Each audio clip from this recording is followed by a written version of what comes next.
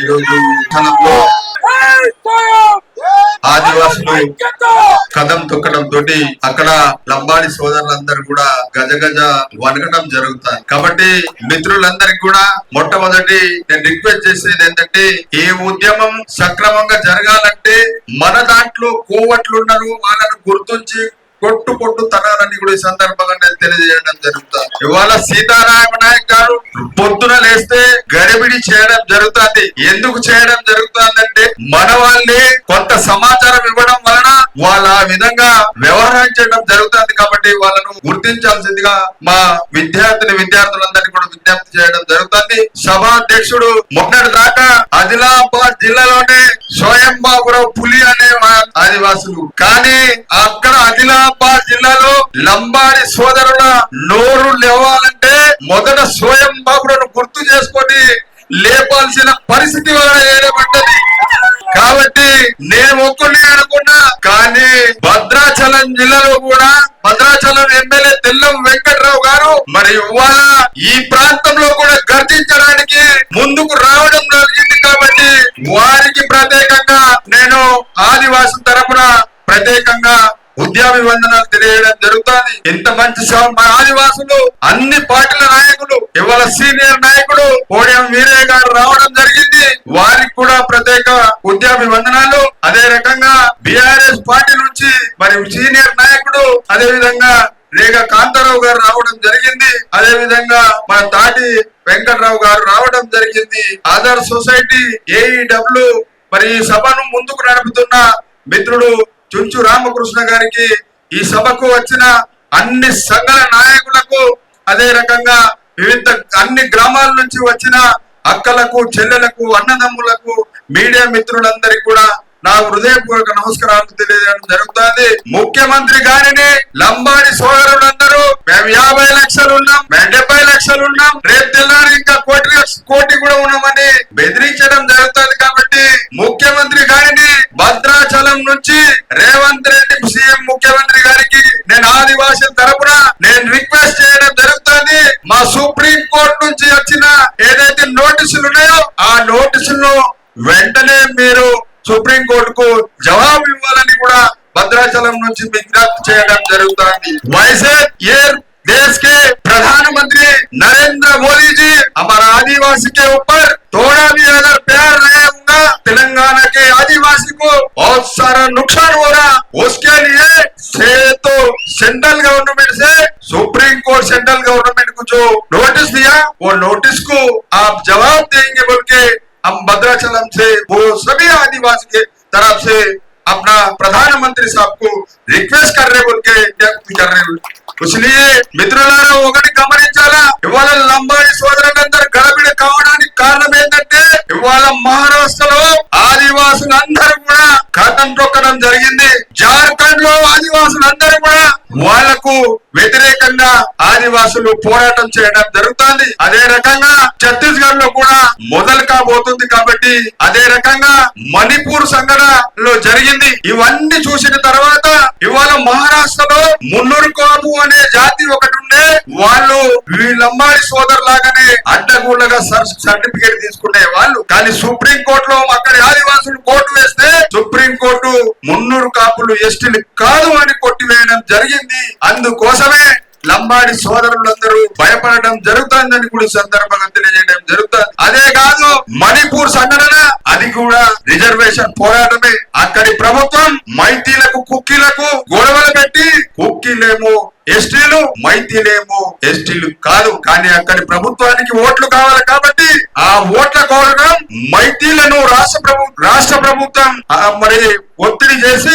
High court నుంచి supreme కోర్టుకు మైతీలను ఎస్టీలను చేర్చాలని పంపితే సుప్రీం కోర్టు ఒకటే చెప్పడం జరిగింది, వీళ్ళు ఆర్టికల్ 342 ప్రకారం ఉన్నారా లేదా లేరు అని చెప్పగానే సుప్రీం కోర్టు వెంటనే కొట్టివేయడం జరిగింది. అందుకోసమే లంబాడీలందరూ కూడా గడబిడి కావడం జరుగుతుందని కూడా ఈ సందర్భంగా నేను తెలియడం జరుగుతుంది. తప్పనిసరిగా మిత్రులందరూ మనమందరం ఐక్యతగా ఉండి ఈ పోరాటాన్ని ముందు సాగిద్దాం. వచ్చే నెల దీపావళి తర్వాత ఆదిలాబాద్ లో కూడా మరి సభ పెట్టడం జరుగుతుంది. అదే రకంగా మళ్ళొక్కసారి ఆదివాసులం అందరం కూడా ఆనాడు కుమ్రం భీము ఏ విధంగా అయితే తుడుం కొట్టిండో అదే రకంగా మళ్ళొక్కసారి మనం హైదరాబాద్ లో తుడుం కొట్టి ఆదివాసుల ఏంది అనేది మనం నిరూపిద్దామని కూడా ఈ సందర్భంగా నేను తెలియజేయడం జరుగుతుంది. అదే తారీఖు చుంచు రామకృష్ణ ఆధ్వర్యంలో డిసెంబర్ 9 నాడే భారీ ఎత్తున 5-6 లక్షలతోటి మరి హైదరాబాద్ లో బహిరంగ సభ పెట్టడం జరుగుతుందని కూడా ఈ సందర్భంగా తెలియజేయడం జరుగుతుంది. అది అయినాక ఆనాడు శాంతి మాతలు కాలబెట్టిన తర్వాత ఢిల్లీ వరకు ఆ ఉద్యమం కొనసాగింది. రాష్ట్రపతి కలవడం జరిగింది, ప్రధాన మంత్రిని కలవడం జరిగింది, లా మినిస్టర్లు కలవడం జరిగింది, ట్రైబల్ మినిస్టర్ కి అయితే గంటలు మేము చర్చించడం జరిగింది. కాబట్టి మిత్రులారా వాళ్ళందరూ కూడా మాకు అందరికి కూడా ఆశీర్వాదం ఇవ్వడం జరిగింది. రాబోయే రోజులలో కూడా తప్పనిసరిగా ఆదివాసులకు ఆశీర్వాదం ఇస్తారని కూడా నమ్మకం ఉంది. కాబట్టి మనం తప్పనిసరిగా పోరాటం చేయాల్సిన బాధ్యత మన మీద ఉన్నది అని కూడా ఈ సందర్భంగా నేను తెలియడం జరుగుతుంది. కాబట్టి అన్ని సంఘాల బాధ్యులందరినీ కూడా రిక్వెస్ట్ చేయడం జరుగుతుంది. మీరందరూ కలిసిమెలిసిగా పోరాటం చేయడానికి సిద్ధంగా మేము ఇవాళ మమ్ములను ఒకడు అంటాడు, ఏమంటాడంటే స్వయం బాబురావుకు సోయి లేదంటాడు, తెల్లం వెంకట్రావుకు తెలివి లేదంటాడు. అరే లంజవుడుక నీకేం తెలివి ఉన్నదిలే, మరి నీకేం తెలివి ఉన్నది? నువ్వు చదువుకున్నావు కదా, ప్రొఫెసర్ గా నువ్వేమన్నా గాడులు చెప్తున్నావా?